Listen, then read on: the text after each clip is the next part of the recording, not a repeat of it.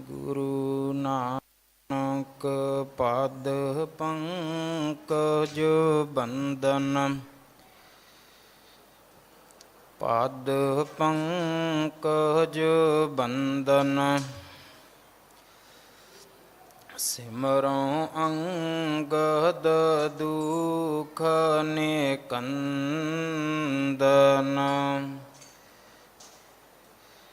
ਅਮਰਦਾਸ ਗੁਰ ਹਿਰਦੈ ਨਿਹਿਤ ਧਿਆਵੁ, ਗੁਰ ਹਿਰਦੈ ਨਿਹਿਤ ਧਿਆਵੁ। ਸ਼੍ਰੀ ਗੁਰੂ ਰਾਮਦਾਸ ਗੁਣ ਗਾਵੁ, ਗੁਰੂ ਅਰਜਨ ਬਿਗਨਨ ਕੇ ਨਾਸ਼ਕ, ਬਿਗਨਨ ਕੇ ਨਾਸ਼ਕ। ਹਰ ਗੋਬਿੰਦ ਸ਼ੁਭ ਮਤ ਪ੍ਰਕਾਸ਼ਕ,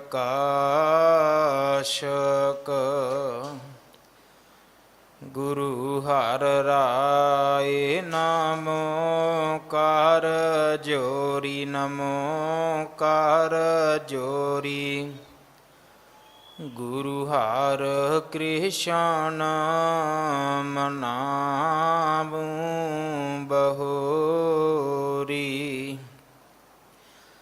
ਤੇਗ ਬਹਾਦਰ ਪਰਮੰ ਕਿਰਪਾਲਾ, ਵਾਹਿਗੁਰੂ ਪਰਮੰ ਕਿਰਪਾਲਾ। ਸ਼੍ਰੀ ਗੁਰੂ ਗੋਬਿੰਦ ਸਿੰਘ ਬਿਸਾਲਾ, ਤਰੁ ਤਰਾ ਪੱਗ ਪੁੰਨ ਪੁੰਨ ਸੀਸਾ, ਪੱਗ ਪੁੰਨ ਪੁੰਨ ਸੀਸਾ। ਬੰਦੋਂ ਜੀ ਬਾਰ ਬਾਰ ਜਗਦੀਸ਼ਾ, ਜਾਮਹਿ ਅੰਮ੍ਰਿਤ ਗਿਆਨ ਹੈ, ਮਾਨਕ ਭਗਤ ਬੈਰਾਗ। ਧੰਨ ਸ਼੍ਰੀ ਗੁਰੂ ਗ੍ਰੰਥ ਉਦਦ, ਬੰਦੋਂ ਕਰ ਅਨੁਰਾਗ। ਏਕ ਓੰਕਾਰ ਸਤਿਗੁਰੂ, ਜਿਹ ਪ੍ਰਸਾਦ ਸਚ ਹੋਏ। ਵਾਹਿਗੁਰੂ ਜੀ ਕੀ ਫਤਿਹ, ਬਿਘਨ ਬਿਨਾਸਨ ਸੋਏ। ਵਾਹਿਗੁਰੂ ਜੀ ਕੀ ਫਤਿਹ, ਬਿਘਨ ਬਿਨਾਸਨ ਸੋਏ। ਸ਼੍ਰੀ ਨਾਨਕ ਸਭ ਜਾਣ ਕੇ, ਤਬ ਰਬਾਬ ਬਜਵਾਏ। ਸ਼ਬਦ ਉਚਾਰਿਉ ਰਾਗ ਸੋਂ, ਰਾਮ ਕਲੀ ਮਹਿ ਗਾਏ।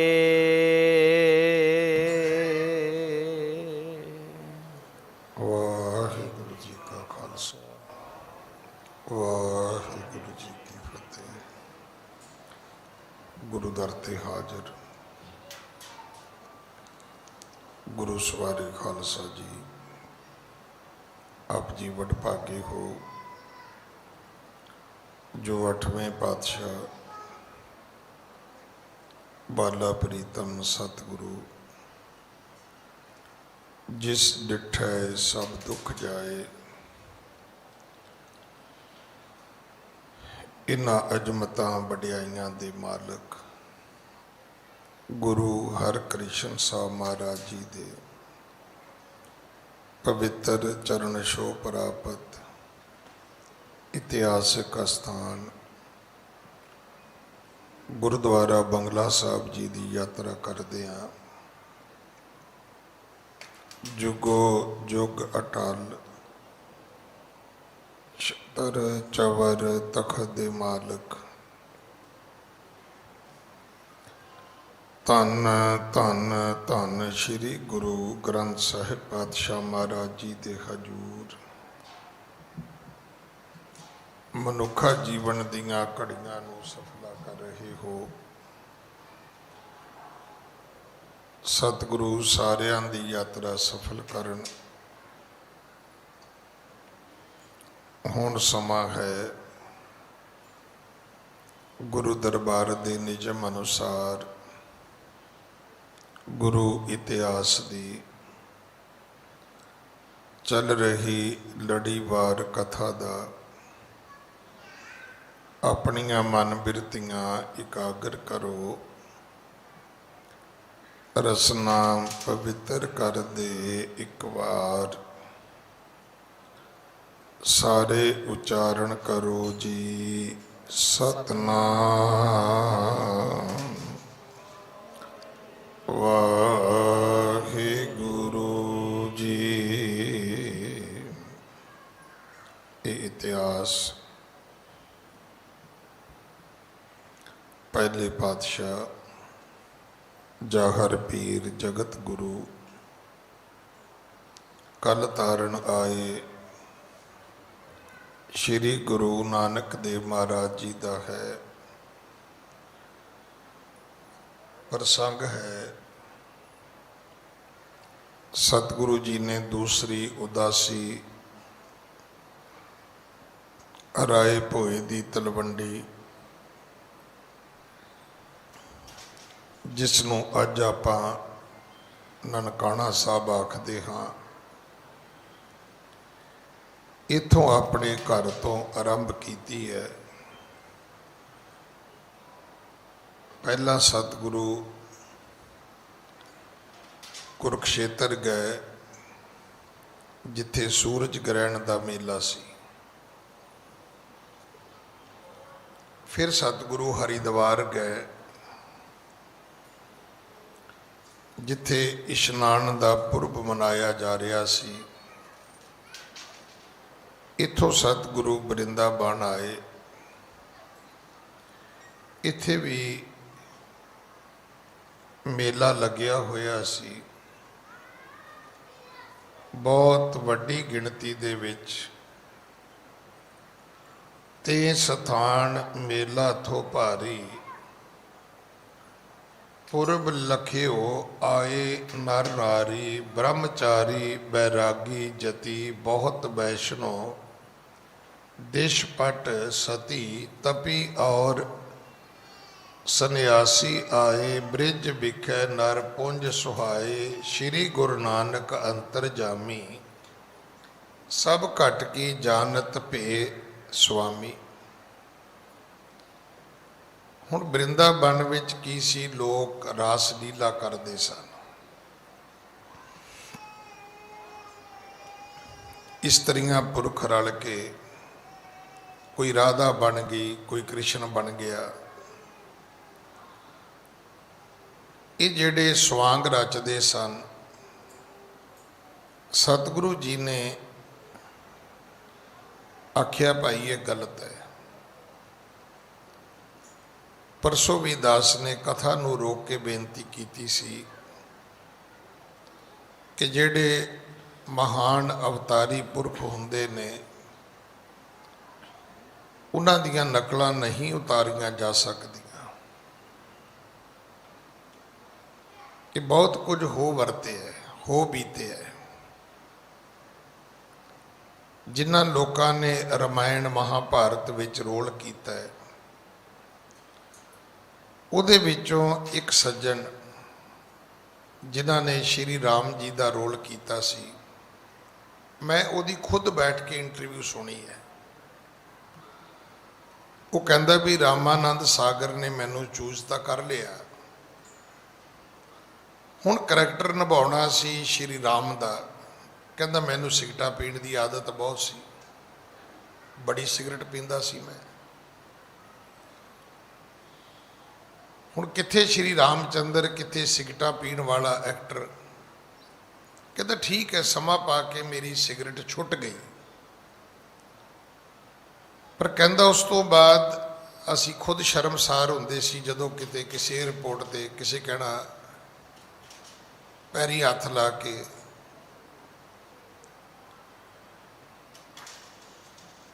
ਕਿ ਭਗਵਾਨ ਮੱਥਾ ਟੇਕਦੇ ਆ,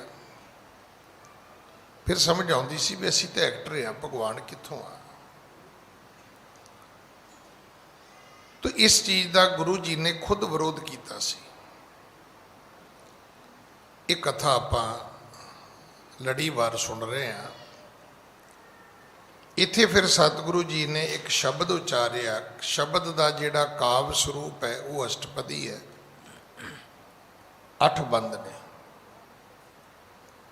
ਜਿਹੜਾ ਰਾਗ ਹੈ ਰਾਗ ਰਾਮਕਲੀ ਹੈ। ਇੱਕ ਓੰਕਾਰ ਸਤਿਗੁਰ ਪ੍ਰਸਾਦ, ਪਰਮਾਤਮਾ ਇੱਕ ਹੈ, ਇੱਕ ਥਾਂ ਤੇ ਨਹੀਂ ਹੈ, ਉਹ ਸਰਬ ਵਿਆਪਕ ਹੈ। ਉਹ ਸਰਬ ਵਿਆਪਕ ਹੋ ਕੇ ਵੀ ਸਾਰਿਆਂ ਨੂੰ ਨਹੀਂ ਮਿਲਦਾ। ਉਹਦੇ ਪ੍ਰਾਪਤ ਕਰਨ ਦੀ ਜਿਹੜੀ ਵਿਧੀ ਹੈ ਉਹ ਗੁਰੂ ਦੀ ਕਿਰਪਾ ਹੈ। ਉਹ ਗੁਰੂ ਦੀ ਕਿਰਪਾ ਤੋਂ ਬਿਨਾਂ ਮਿਲਦਾ ਨਹੀਂ ਹੈ। ਹਾਂਜੀ।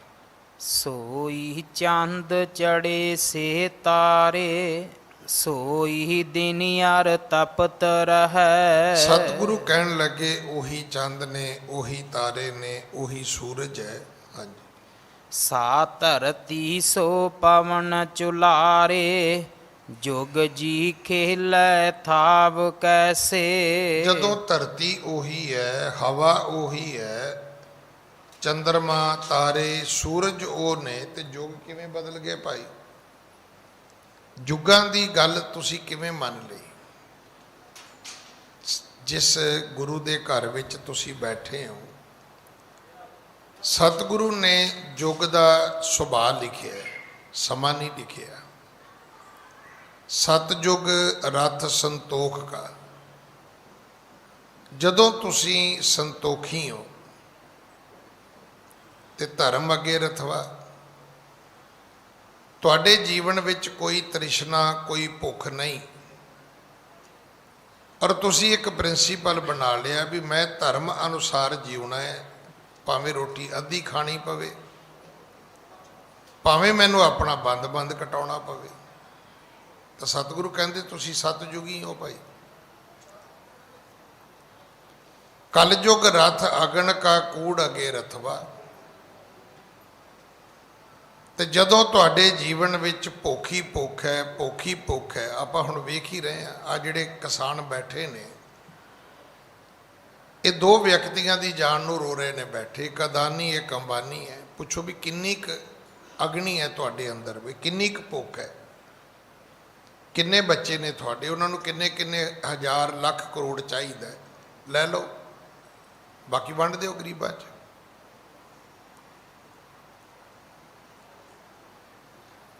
ਜਦੋਂ ਤੁਹਾਡੇ ਅੰਦਰ ਭੁੱਖ ਅੱਗ ਵਾਂਗ ਬਲਣੀ ਸ਼ੁਰੂ ਹੋ ਜਾਏ। ਵੇਖੋ, ਭੁੱਖ ਦੀ ਤਸ਼ਬੀਹ ਅੱਗ ਨਾਲ ਕਿਉਂ ਦਿੱਤੀ ਜਾਂਦੀ ਹੈ?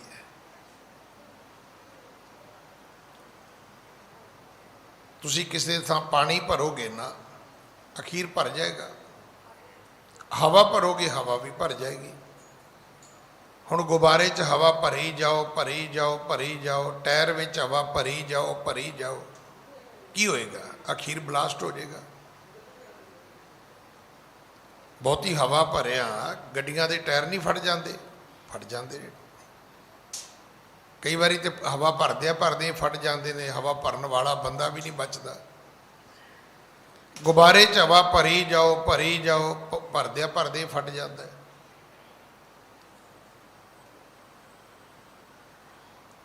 ਹੁਣ ਜਿਹੜੇ 에ਅਰ ਪ੍ਰੈਸ਼ਰ ਹੈਗੇ ਉਹ ਕੀ ਹੈਗੇ ਨੇ? ਹੁਣ ਕੁੱਕਰ ਹੈ, ਕੁੱਕਰ ਨੂੰ ਤੁਸੀਂ ਬੰਦ ਕਰ ਦਿੱਤਾ, ਥੱਲੇ ਅੱਗ ਬਾਲਣੀ ਸ਼ੁਰੂ ਕਰ ਦਿੱਤੀ।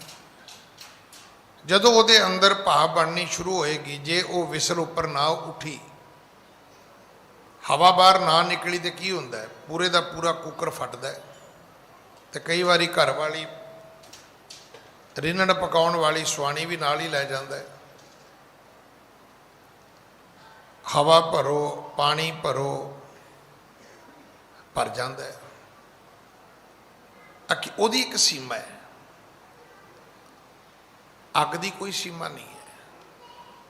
ਜਿੰਨੀ ਮਰਜ਼ੀ ਇਹਨੂੰ ਬਾਲੀ ਜਾਓ, ਜਿੰਨਾ ਮਰਜ਼ੀ ਇਹਦੇ ਤੇ ਈਂਧਨ ਬਾਲਣ ਪਾਈ ਜਾਓ, ਅੱਗ ਕਦੇ ਰੱਜਦੀ ਨਹੀਂ ਹੈ। ਅੱਗ ਕਦੇ ਇਹ ਨਹੀਂ ਕਹਿੰਦੀ ਵੀ ਨਹੀਂ ਬਸ ਹੋਣਾ ਇੱਕ ਕਮਰੇ 'ਚ ਮੈਂ ਬਹੁਤ ਹਾਂ। ਉਹਨੂੰ ਜਿੰਨਾ ਬਾਲੀ ਜਾਓਗੇ ਉਹਨਾਂ ਬਲੀ ਜਾਏਗੀ। ਇਸੇ ਕਰਕੇ ਬੰਦੇ ਦੀ ਭੁੱਖ ਨੂੰ ਅੱਗ ਨਾਲ ਤਸ਼ਬੀਹ ਦਿੱਤੀ ਹੈ। ਕਲਯੁਗ ਰਥ ਅਗਨ ਕਾ। ਅੱਗ ਦੇ ਉੱਤੇ ਜਿੰਨੇ ਮਰਜ਼ੀ ਕੁਆਂਟਲਾਂ ਦੇ ਕੁਆਂਟਲ ਲਿਆ ਕੇ ਤੁਸੀਂ ਲੱਕੜਾਂ ਦੇ ਢੇਰ ਸੁੱਟ ਦਿਓ, ਕੋਈ ਫਰਕ ਨਹੀਂ ਪੈਂਦਾ।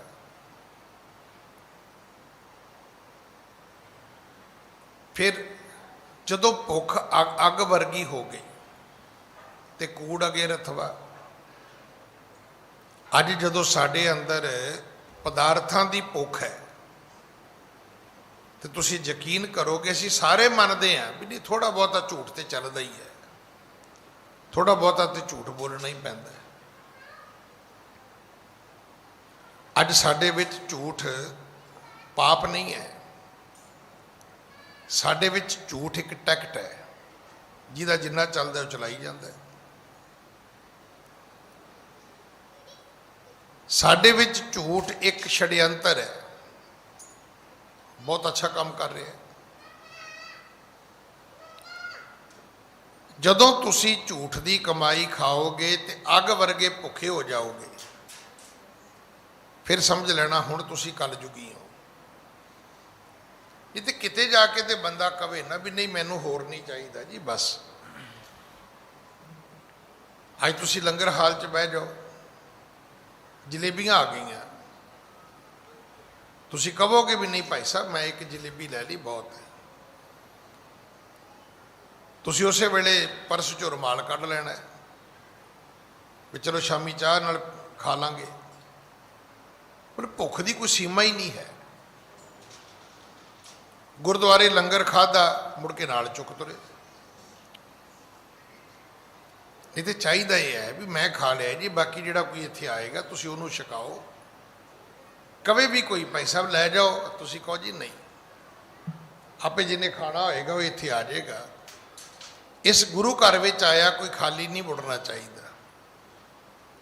ਪਰ ਸਾਡੀ ਤਾਂ ਹੁਣ ਇੰਨੀ ਭੁੱਖ ਹੈ, ਇੰਨੀ ਭੁੱਖ ਹੈ ਵੀ ਉਹਦੀ ਸੀਮਾ ਹੀ ਕੋਈ ਨਹੀਂ। ਸਾਡੇ ਘਰਾਂ ਵਿੱਚ ਜਿੰਨੀਆਂ ਚੀਜ਼ਾਂ ਖਰਾਬ ਹੁੰਦੀਆਂ ਨੇ ਉਨੀਆਂ ਚੀਜ਼ਾਂ ਵਰਤੋਂ ਵਿੱਚ ਨਹੀਂ ਆਉਂਦੀਆਂ। ਤੁਹਾਡੇ ਵਿਆਹ ਵਿੱਚ ਜਿੰਨੀ ਵੇਸਟੇਜ ਹੁੰਦੀ ਇੰਨੇ ਵੇਸਟੇਜ ਨਾਲ ਕਈ ਗਰੀਬਾਂ ਦੀਆਂ ਕੁੜੀਆਂ ਵਿਆਹੀਆਂ ਜਾ ਸਕਦੀਆਂ ਨੇ। ਜਿੰਨੀ ਵੇਸਟੇਜ ਹੈ, ਸਵਾਲ ਹੀ ਨਹੀਂ ਕਿ ਬਰਾਤੀ ਰੋਟੀ ਕਿੰਨੀ ਖਾ ਗਏ, ਧੇਤੇ ਕਿੰਨੀ ਖਾ ਗਏ, ਪਤੇਤੇ ਕਿੰਨੀ ਖਾ ਗਏ, ਉਹ ਨਹੀਂ ਹੈ। ਜਿਹੜੀ ਖਰਾਬ ਹੋਈ ਹੈ, ਜਿਹੜੀ ਵੇਸਟੇਜ ਹੋਈ ਹੈ। ਤੋ ਸਤਿਗੁਰੂ ਪਿਤਾ ਮਹਾਰਾਜ ਕਹਿਣ ਲੱਗੇ ਭਾਈ ਯੁੱਗ ਦਾ ਕੀ ਅਰਥ ਹੈ। ਧਰਤੀ ਉਹੀ ਜਿਹੜੀ ਸਤਿਯੁਗ ਵਿੱਚ ਸੀ ਉਹੀ ਅੱਜ ਕਲਯੁਗ ਵਿੱਚ ਹੈ। ਉਹੀ ਦੁਆਪਰ ਵਿੱਚ ਸੀ, ਉਹੀ ਤ੍ਰੇਤੇ ਵਿੱਚ ਸੀ। ਜਾਤੇ ਹੋਵੇ ਨਾ ਵੀ ਧਰਤੀ ਬਦਲ ਗਈ ਜੀ, ਸੂਰਜ ਵੀ ਉਹੀ ਹੈ। ਇਹ ਵੀ ਸਤਿਯੁਗ ਵਿੱਚ ਸੀ, ਇਹੀ ਅੱਜ ਕਲਯੁਗ ਵਿੱਚ ਹੈ। ਚੰਦਰਮਾ ਵੀ ਉਹੀ ਹੈ, ਸਤਿਯੁਗ ਵਿੱਚ ਵੀ ਉਹੀ ਸੀ, ਅੱਜ ਵੀ ਉਹੀ ਹੈ। ਤਾਰੇ ਵੀ ਉਹੀ ਨੇ, ਹਵਾ ਵੀ ਉਹੀ ਹੈ। ਇਹ ਤਾਂ ਨਹੀਂ ਵੀ ਸਤਿਯੁਗ ਵਿੱਚ ਹਵਾ ਜਿਹੜੀ ਹੋਰ ਤਰ੍ਹਾਂ ਵਗਦੀ ਸੀ, ਉਹ ਹੋਰ ਹਵਾ ਸੀ। ਉਦੋਂ ਲੋਕ ਆਕਸੀਜਨ ਨਾਲ ਸਾਹ ਨਹੀਂ ਸੀ ਲੈਂਦੇ। ਇਹ ਕਲਯੁਗ ਵਿੱਚ ਆਕਸੀਜਨ ਨਾਲ ਸਾਹ ਲੈਣਾ ਪੈਂਦਾ ਹੈ।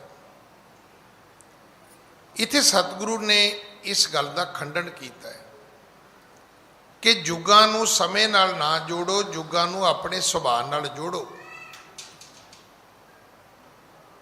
ਇੱਥੇ ਇੱਕ ਦਿਨ ਨਾ ਟ੍ਰੈਫਿਕ ਪੁਲਿਸ ਵਾਲੇ ਆ ਗਏ।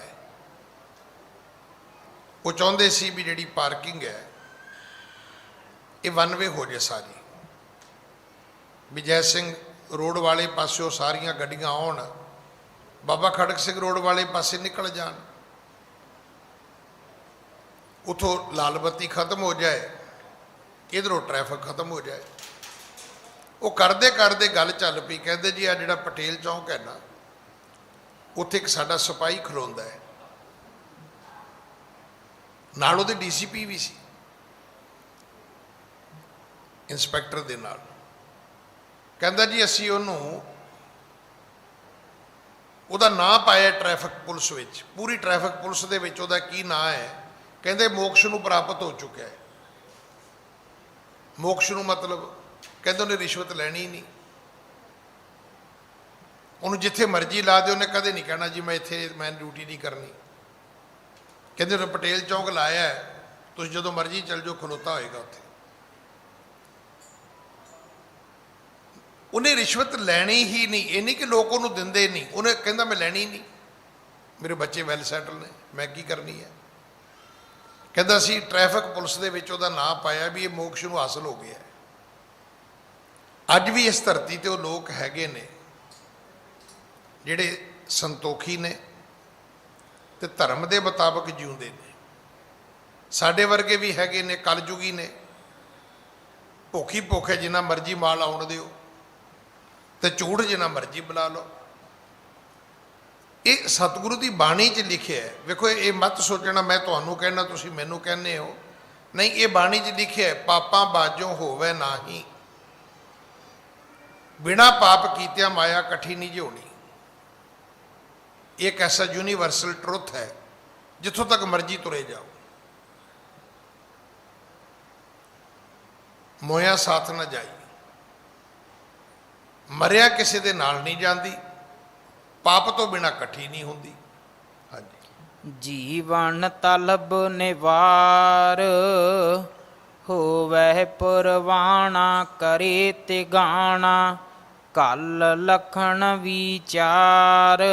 ਕਲਯੁਗ ਦੇ ਲੱਛਣ ਕੀ ਨੇ?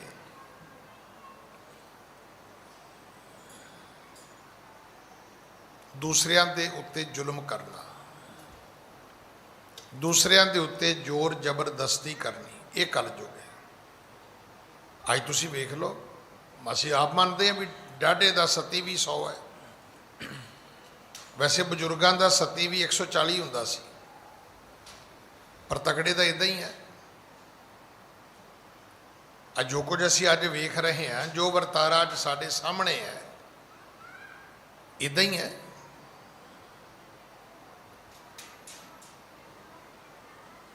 ਇਹਨੂੰ ਕਲਯੁਗ ਕਹਿੰਦੇ ਨੇ। ਹਾਂਜੀ। ਕਿਤਹਿ ਦੇਸ਼ ਨ ਆਇਆ ਸੁਣੀਐ, ਤੀਰਥ ਪਾਸ ਨ ਬੈਠਾ। ਉਹ ਪਰਮਾਤਮਾ ਸਤਿਗੁਰੂ ਕਹਿੰਦੇ ਮੈਂ ਤੇ ਨਹੀਂ ਸੁਣਿਆ ਵੀ ਕਿਹੜੇ ਦੇਸ਼ ਵਿੱਚ ਪਰਮਾਤਮਾ ਆਇਆ ਜਾਂ ਪੈਦਾ ਹੋਇਆ, ਨਾ ਹੀ ਮੈਂ ਉਹ ਕੋਈ ਤੀਰਥ ਸੁਣਿਆ ਕਿ ਜਿੱਥੇ ਤੀਰਥ ਦੇ ਕੰਢੇ ਉਹਨੇ ਆ ਕੇ ਸਮਾਧੀ ਲਾਈ ਹੋਵੇ। ਹਾਂਜੀ। ਜਿਸ ਸਿਕਦਾਰੀ ਤਿਸੈ ਖੁਵਾਰੀ, ਚਾਕਰ ਕੇਹੇ ਡਰਨਾ, ਜਾਂ ਸਿਕਦਾਰੇ ਪਵੈ ਜੰਜੀਰੀ, ਤਾਂ ਚਾਕਰ ਹੱਥੋਂ ਮਰਨਾ। ਆਖ ਗੁਨਾਹ ਕਲ ਆਈਐ, ਤੈ ਜੁਗ ਕੇਰਾ ਰਹੇ ਤੋ ਪਾਵਸ, ਜੇ ਗੁਣ ਦੇਹ ਤਾਂ ਪਾਈਐ। ਇੱਥੇ ਸਤਿਗੁਰੂ ਨੇ ਇਹ ਪੂਰਾ ਸ਼ਬਦ ਉਚਾਰਿਆ। ਹੁਣ ਇਹ ਸ਼ਬਦ ਸੁਣ ਲਿਆ, ਜਿਵੇਂ ਆਪਾਂ ਸੁਣ ਲਾਂਗੇ, ਜਿਹੜੇ ਉੱਥੇ ਬ੍ਰਹਮਚਾਰੀ, ਬੈਰਾਗੀ, ਜਤੀ, ਵੈਸ਼ਨੋ, ਦਿਸ਼ਪਟ, ਸਤੀ, ਤਪੀ ਲੋਕ ਆਏ ਸੀ, ਪਰਿਵਾਰ ਆਏ ਸੀ, ਇਸਤਰੀਆਂ ਪੁਰਖ ਆਏ ਸੀ, ਸਭ ਨੇ ਸੁਣਿਆ। ਹਾਂਜੀ। ਕਲ ਕਲ ਵਾਲੀ ਊਚੇ ਸੁਰ ਸੋ ਸ਼ਬਦ ਬਸਾਇਓ, ਰਾਮ ਕਲੀ ਸੋ ਰਾਗ ਮੈਂ ਗਾਇਓ। ਰਾਮ ਕਲੀ ਰਾਗ ਦੇ ਵਿੱਚ ਇੱਕ ਨਿਰਧਾਰਤ ਰਾਗ ਹੈ, ਬਕਾਇਦਾ ਇਹਦੀਆਂ ਸੁਰਾਂ ਨੇ, ਬਕਾਇਦਾ ਇਹਦੀਆਂ ਬੰਦਸ਼ਾਂ ਨੇ, ਬਕਾਇਦਾ ਇਹਦੇ ਗਾਉਣ ਦਾ ਟਾਈਮ ਹੈ। ਇੱਕ ਨਿਰਧਾਰਤ ਰਾਗ ਦੇ ਵਿੱਚ ਸਤਿਗੁਰੂ ਨੇ ਇਹ ਸ਼ਬਦ ਉਚਾਰਿਆ, ਇਹ ਸ਼ਬਦ ਦਾ ਗਾਇਨ ਕੀਤਾ। ਹਾਂਜੀ। ਸੁਣ ਸੁਣ ਕਰ ਬਹੁ ਮਾਨਵ ਆਏ, ਪ੍ਰੀਤ ਧਾਰ ਬੈਸੇ ਤਿਹ ਥਾਏ। ਇਹ ਸ਼ਬਦ ਸੁਣਾ ਕੌਣ ਰਿਹਾ ਹੈ? ਗੁਰੂ ਨਾਨਕ ਸਾਹਿਬ। ਰਬਾਬ ਕੌਣ ਵਜਾ ਰਿਹਾ ਹੈ? ਭਾਈ ਮਰਦਾਨਾ। ਹੁਣ ਇਹ ਤੁਸੀਂ ਖੁਦ ਅਨੁਮਾਨ ਲਗਾ ਸਕਦੇ ਹੋ ਕਿ ਅੱਜ ਕੀਰਤਨ ਕੋਈ ਭਾਈ ਨਿਰਮਲ ਸਿੰਘ ਵਰਗਾ ਕਰਦਾ ਹੋਵੇ, ਕੋਈ ਭਾਈ ਸੁਰਜਣ ਸਿੰਘ ਵਰਗਾ ਕਰਦਾ ਹੋਵੇ, ਕੋਈ ਭਾਈ ਗੋਪਾਲ ਸਿੰਘ ਜੀ ਵਰਗਾ ਕਰਦਾ ਹੋਵੇ, ਕੋਈ ਭਾਈ ਲਖਵਿੰਦਰ ਸਿੰਘ ਜਿਹੜੇ ਸੂਰਮਾ ਸਿੰਘ ਨੇ, ਕੋਈ ਉਹਨਾਂ ਵਰਗਾ ਕੀਰਤਨ ਕਰਦਾ ਹੋਵੇ। ਹੁਣ ਕੀਰਤਨ ਤੇ ਉਹੀ ਹੈ, ਬਾਣੀ ਵੀ ਉਹੀ ਹੈ। ਹਰ ਗੁਰੂ ਕੇ ਰਾਗੀ ਦੇ ਕੀਰਤਨੀਏ ਦੇ ਗਾਉਣ ਵਿੱਚ ਉਹਦੀ ਇੱਕ ਆਪਣੀ ਕਮਾਈ ਹੈ, ਉਹਦੇ ਆਪਣੇ ਗਲੇ ਦਾ ਇੱਕ ਰਸ ਹੈ।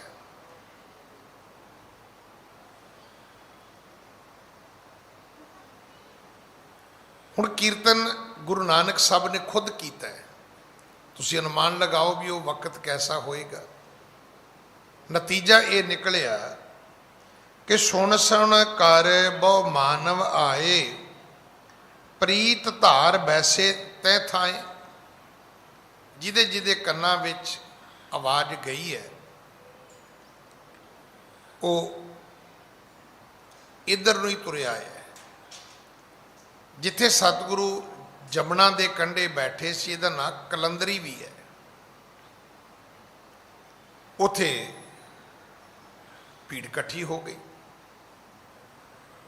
ਸੰਨਿਆਸੀ ਬ੍ਰਹਮਚਾਰੀ ਜਤੀ ਤਪੀ ਵੀ ਆ ਗਏ, ਸੰਨਿਆਸੀ ਵੀ ਆ ਗਏ, ਜਿਹੜੇ ਆਮ ਲੋਕ ਸੀ ਉਹ ਵੀ ਪਹੁੰਚ ਗਏ। ਹਾਂਜੀ।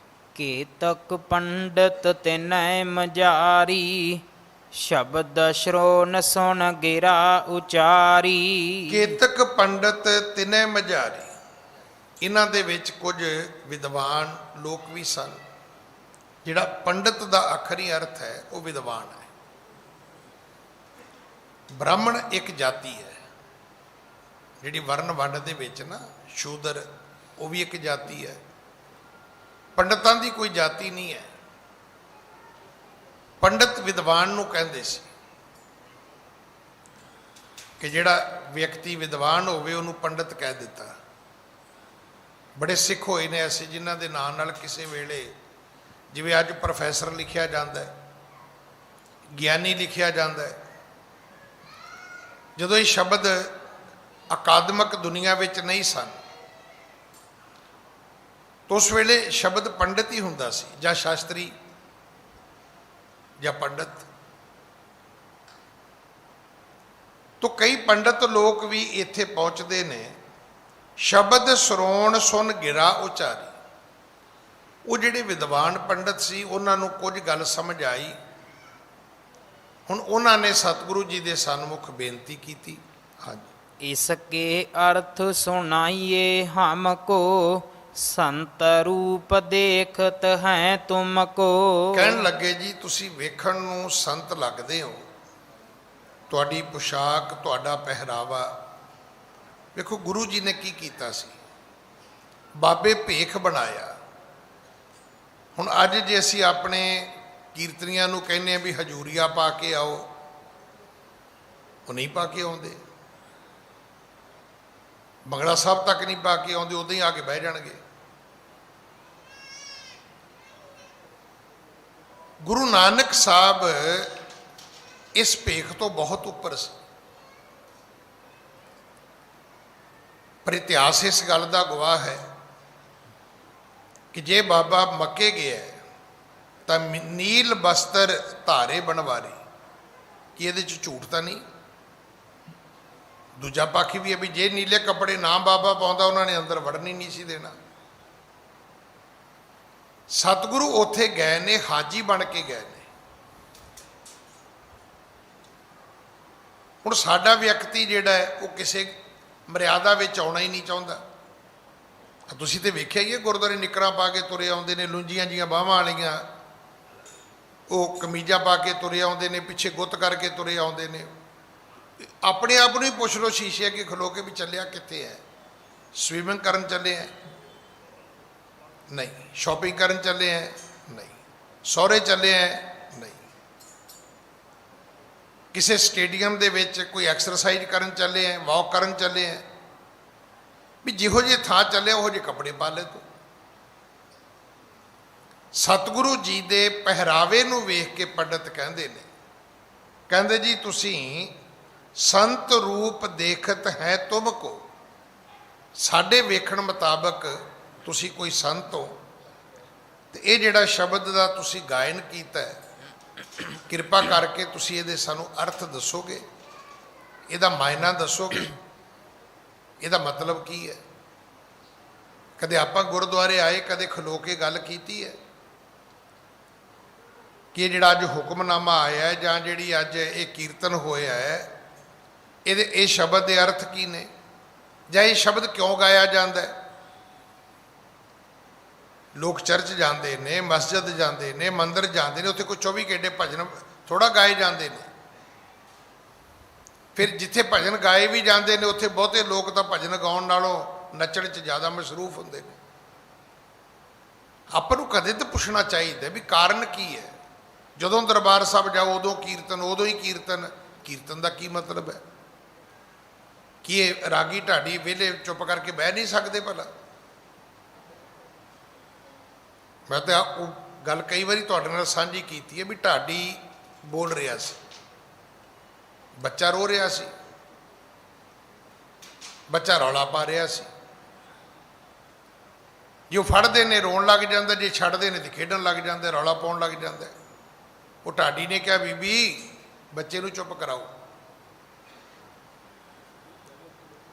ਜਦੋਂ 2-3 ਵਾਰੀ ਕਿਹਾ ਤੇ ਅਖੀਰ ਬੀਬੀ ਉੱਠ ਕੇ ਖਲੋ ਗਈ, ਕਹਿੰਦੀ ਤੂੰ ਸਿਆਣਾ ਬਿਆਣਾ ਨਹੀਂ ਚੁੱਪ ਕਰਦਾ, ਇਹ ਬੱਚਾ ਕਿੱਥੋਂ ਕਰ ਜੂਗਾ? ਵੀ ਤੂੰ ਸਿਆਣਾ ਬਿਆਣਾ ਨਹੀਂ ਚੁੱਪ ਕਰਦਾ, ਘੰਟਾ ਹੋ ਗਿਆ ਤੈਨੂੰ ਲੱਗੇ ਨੂੰ, ਤੂੰ ਵੀ ਬੋਲ ਰਿਹਾ ਹੈ, ਬੱਚਾ ਬੋਲਦਾ ਤੇ ਤੈਨੂੰ ਤਕਲੀਫ ਹੁੰਦੀ ਹੈ। ਸਾਨੂੰ ਇਹ ਪੁੱਛਣਾ ਤੇ ਚਾਹੀਦਾ ਹੈ। ਸਾਡੀ ਗਲਤੀ ਹੈ ਵੀ ਸਾਡੀ ਉਮਰ ਬੀਤ ਚੱਲੀ, ਗੁਰਦੁਆਰੇ ਆਉਂਦੇ ਆ, ਸਾਨੂੰ ਨਹੀਂ ਪਤਾ ਕਿ ਅਸੀਂ ਬਾਹਰੋਂ ਜਲ ਕਿਉਂ ਲੈ ਕੇ ਜਾਂਦੇ ਆ, ਇਹ ਸਰੋਵਰ ਕਿਉਂ ਬਣਿਆ ਹੈ। ਹੁਣ ਬੜੇ ਲੋਕ ਤੇ ਸਰੋਵਰ ਦੀ ਪਰਿਕਰਮਾ ਕਰੀ ਜਾਂਦੇ ਨੇ। ਪਾਣੀ ਦੀ ਪਰਿਕਰਮਾ ਸਾਡੇ 'ਚ ਨਹੀਂ ਹੈਗੀ, ਸਾਡੇ 'ਚ ਪਰਿਕਰਮਾ ਗੁਰੂ ਦੀ ਹੈ। ਸਰੋਵਰ ਦਾ ਇਸ਼ਨਾਨ ਹੁੰਦਾ ਹੈ, ਉਹ ਕੋਈ ਨਹੀਂ ਕਰਦਾ। ਸਰੋਵਰ ਦਾ ਇਸ਼ਨਾਨ ਹੁੰਦਾ ਹੈ, ਸਰੋਵਰ ਦੀ ਪਰਿਕਰਮਾ ਨਹੀਂ ਹੁੰਦੀ, ਪਰਿਕਰਮਾ ਗੁਰੂ ਦੀ ਹੁੰਦੀ ਹੈ। ਹੁਣ ਇਹਨਾਂ ਪੰਡਤਾਂ ਨੇ ਪੁੱਛਿਆ, ਕਹਿਣ ਲੱਗੇ ਜੀ ਇਹਦੇ ਅਰਥ ਦੱਸ ਦਿਓ ਵੀ ਇਹਦੇ ਅਰਥ ਕੀ ਨੇ। ਹਾਂਜੀ। ਸ਼੍ਰੀ ਨਾਨਕ ਸੁਣ ਅਰਥ ਬਖਾਨਾ, ਇਕ ਮਨ ਹਵੈ ਕਰ ਸੁਣੋ ਸੁਜਾਨਾ। ਸਤਿਗੁਰੂ ਕਹਿਣ ਲੱਗੇ ਫਿਰ ਏਦਾਂ ਕਰੋ, ਫਿਰ ਇਕਾਗਰ ਚਿੱਤ ਹੋ ਕੇ ਬਹਿ ਜਾਓ। ਜੇ ਤੁਸੀਂ ਕਹੋ ਜੀ ਤੁਸੀਂ ਬੋਲੋ ਤਾਂ ਅਸੀਂ ਚੱਲਦੇ ਹਾਂ, ਇੱਕ ਅੱਧੀ ਗੱਲ ਸੁਣ ਕੇ ਤੁਰ ਪਈਏ, ਇਹ ਵੀ ਸਾਡੇ 'ਚ ਇੱਕ ਬਹੁਤ ਵੱਡੀ ਪ੍ਰੋਬਲਮ ਹੈ। ਮਤਲਬ ਕਈ ਵਾਰੀ ਤੇ ਅਸੀਂ ਖੁਦ ਆਪਣੇ ਗਲ ਬਲਾ ਪਾ ਲੈਂਦੇ ਆ, ਤੁਰੇ ਤੁਰੇ ਜਾਂਦੇ, ਗਿਆਨੀ ਜੀ ਦੇ ਅਰਥ ਕੀ ਨੇ? ਹੁਣ ਤੁਸੀਂ ਅੱਧੇ ਬੋਲੇ, ਅਗਲਾ ਚਲਾ ਗਿਆ, ਉਹਨੇ ਉਹ ਅੱਧੇ ਅਰਥਾਂ ਦੇ ਕਈ ਅਰਥ ਹੋਰ ਕੱਢ ਲੈਣੇ ਨੇ। ਉਹਦੇ ਅਰਥ ਆਪਣੇ ਆਪ ਤੋਂ ਮੁੜ ਕੇ ਪੈਦਾ ਕਰਨੇ ਸ਼ੁਰੂ ਕਰ ਦੇਣੇ ਨੇ। ਸਤਿਗੁਰੂ ਕਹਿਣ ਲੱਗੇ ਫਿਰ ਏਦਾਂ ਕਰੋ, ਇੱਕ ਮਨ ਹਵੈ ਕਰ ਸੁਣੋ ਸੁਜਾਨਾ। ਸਤਿਗੁਰੂ ਕਹਿੰਦੇ ਇੱਥੇ ਬਹਿ ਜਾਓ, ਆਪਣਾ ਮਨ ਇਕਾਗਰ ਕਰੋ, ਤੁਸੀਂ ਸੁਣੋ, ਅਸੀਂ ਸੁਣਾਉਂਦੇ ਹਾਂ ਤੁਹਾਨੂੰ। ਹਾਂਜੀ। ਸਸ ਰਾਵ ਉੱਡ ਛਿਤ ਬਾਏ ਸੋ ਤੈਸੇ, ਤ੍ਰੈ ਜੁਗ ਮਹਿ ਵਰਤੇ ਥੀ ਜੈਸੇ। ਸਤਿਗੁਰੂ ਕਹਿਣ ਲੱਗੇ ਪਹਿਲੇ 3 ਯੁੱਗ, ਸਤਿਯੁਗ, ਤ੍ਰੇਤਾ, ਫਿਰ ਦੁਆਪਰ, ਤਿੰਨਾਂ ਯੁੱਗਾਂ ਦੇ ਵਿੱਚ ਰਵ ਵੀ ਉਹੀ ਹੈ। ਰਵ ਕਹਿੰਦੇ ਨੇ ਸੂਰਜ ਨੂੰ। ਉੱਡ ਤਾਰੇ, ਤਾਰੇ ਵੀ ਉਹੀ ਨੇ। ਫਿਰ ਛਿਤ ਧਰਤੀ ਵੀ ਉਹੀ ਹੈ। ਬਾਏ ਹਵਾ ਵੀ ਉਹੀ ਹੈ। ਤ੍ਰੈ ਯੁੱਗ ਮੈਂ ਵਰਤੀ ਥੀ ਜੈਸੇ, ਪਹਿਲਾਂ 3 ਯੁੱਗਾਂ ਵਿੱਚ, ਸਤਿਯੁਗ ਵਿੱਚ, ਤ੍ਰੇਤੇ ਵਿੱਚ, ਦੁਆਪਰ ਵਿੱਚ, ਜਿਵੇਂ ਉਹ ਧਰਤੀ ਸੀ, ਉਹ ਚੰਦਰਮਾ ਸੀ, ਉਹ ਸੂਰਜ ਸੀ, ਉਹ ਹਵਾ ਸੀ, ਇਹਨਾਂ 3 ਯੁੱਗਾਂ ਵਿੱਚ ਇੱਕ ਸਮਾਨ ਰਹੀ ਹੈ। ਇਹ ਚੀਜ਼ਾਂ ਬਦਲੀਆਂ ਨਹੀਂ।